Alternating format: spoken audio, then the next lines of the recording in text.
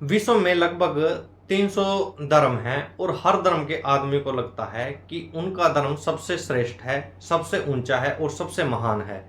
और इन धार्मिक लोगों को अपने धर्म में कोई कमी नजर नहीं आती और दूसरों के धर्मों में इनको बहुत कमियां नजर आती हैं।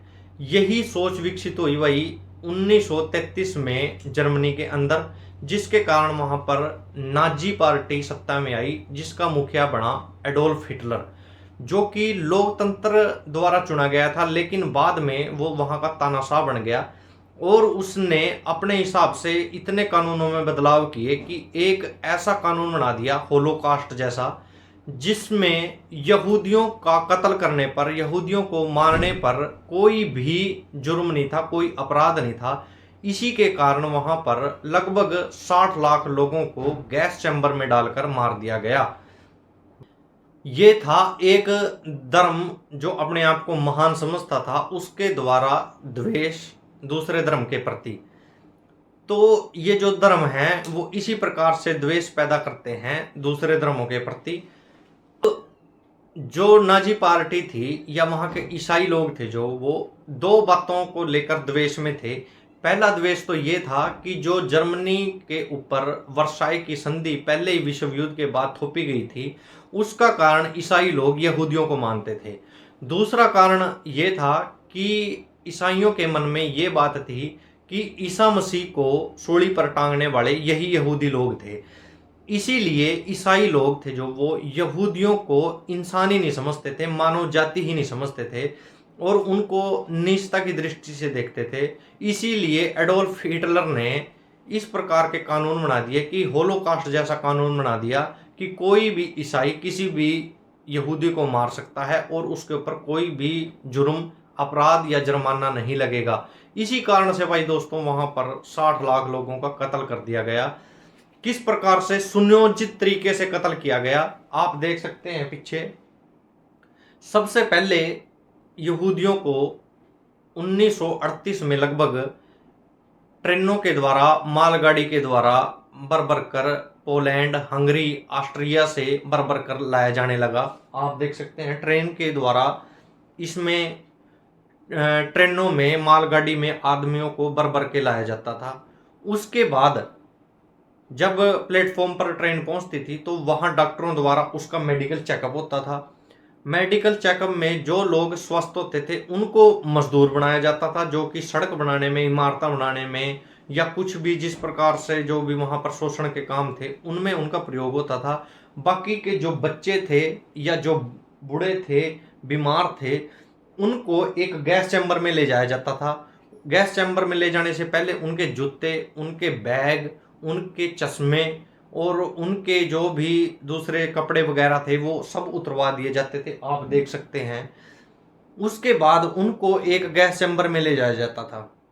गैस चैम्बर में ले जाने के बाद उनके ऊपर गैस छोड़ दी जाती थी। गैस चैम्बर को बाहर से बंद कर दिया जाता था, दोनों तरफ से गैस छोड़ दी जाती थी। उसके बाद ये देखो आप, ये गैस चैम्बर है। इस गैस चैम्बर में गैस छोड़ने के बाद ये जब मर जाते थे उसके बाद इनको स्पेशल अलग चिमनी थी, उस चिमनी में इनको जला दिया जाता था, इनकी लाशों को जला दिया जाता था। आप देख सकते हैं, देखो ये लाशों के ढेर दिखाई दे रहे हैं। ये आपको यूट्यूब पर भी मिल जाएंगी चीज़ें और इतिहास में भी इसके बकायदा रिकॉर्ड दर्ज हैं कि किस प्रकार से एक धर्म ने दूसरे धर्म के लोगों को किस प्रकार से मारा।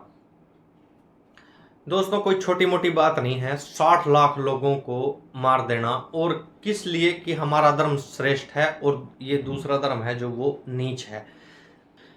भाई यहाँ पर एक सवाल खड़ा होता है कि ना तो एडोल्फ हिटलर को का जो ईसा मसीह था, जो उनका देवता था, जो उनका प्रभु यीशु था, ना तो उसने रोका और ना ही इन यहूदियों को यहोवा ने बचाया, जो कि यहूदियों का देवता था या भगवान था या प्रभु था। तो दोस्तों यहाँ पर आप देख सकते हैं कि एक धर्म, इसको धर्म ही कहते हैं, फिर भी धार्मिक लोग किस प्रकार से धार्मिक दृष्टिकोण से कुंठित होकर किस प्रकार से जायज नजायज चीजों को कर देते हैं। तो वही बात इतनी सी थी कि इन धर्मों की वजह से बहुत कत्लेआम आज तक इस विश्व में हुआ है। और आज भी आप विश्व के दूसरे देशों में देख सकते हैं, तालिबान, अफगानिस्तान और हमास, इजराइल, ईरान, इराक, इस प्रकार के इन जो देश हैं उनमें सभी युद्धों के कारण हैं जो वो धर्म ही हैं। तो यहाँ बात आती है कि धर्म तो सभी का है, जो मान रहे हैं, जिनका ईसाइयों ने माना तो उनका बड़ा था, और यहूदी मान रहे थे उनका भी बड़ा था। तो धर्म था वो जो छोटा और बड़ा, ऊंच या नीच किस प्रकार से हो सकता है? आखिर धर्म तो धर्म होता है। एक धर्म इस प्रकार की शिक्षा दे सकता है आदमी को कि दूसरे धर्म के लोग नीच हैं, मानव जाति ही नहीं है, या इनको जीने का अधिकार ही नहीं है। आप इतिहास के पन्नों में पढ़ोगे तो पता लगेगा कि किस प्रकार से वहां पर लोगों को पकड़ पकड़ कर उनके साथ शोषण किया गया। 60 लाख लोगों की सुनियोजित तरीके से हत्या कर दी गई। आज तक इतना बड़ा नरसंहार इतिहास में नहीं हुआ। और दोस्तों, उसके बाद ये जो आग भड़की ये पूरे विश्व युद्ध में बदली। और आपको पता होगा कि जापान में हिरोशिमा और नागासाकी जैसे परमाणु हमले भी इसी जो सोच थी, इसी युद्ध के कारण, इन्हीं युद्धों के कारण हुआ जो कि हिटलर ने 1938 में शुरू किया था।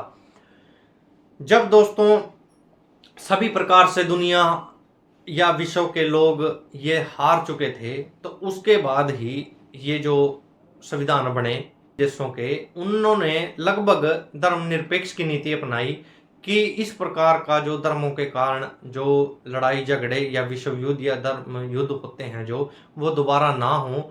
इसलिए ही सभी देशों ने धर्मनिरपेक्ष की नीति अपनाई कि हम किसी के धर्म में इंटरफेयर नहीं करेंगे और ना ही धार्मिक कट्टरवाद को बढ़ावा देंगे, और कोशिश करेंगे कि धीरे धीरे ये धार्मिक जो दृष्टिकोण है इसको खत्म करें और विज्ञान के ऊपर अपने देश को, दुनिया को ले आएं।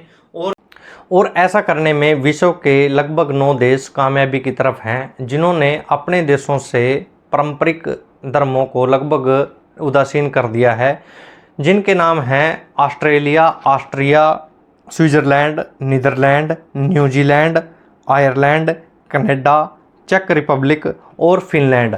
दोस्तों, इन देशों में किसी भी धर्म में शामिल ना होने वाले लोगों की संख्या निरंतर बढ़ रही है, लेकिन भारत में धार्मिक कट्टरतावाद को बढ़ावा देने में कोई कमी नहीं छोड़ी जा रही है। शायद भारत इसी तरीके से ही विश्व गुरु बनेगा। तो आज की वीडियो दोस्तों इसी को लेकर थी कि आज तक विश्व में धार्मिक कट्टरता को लेकर कितना रक्तपात हुआ है।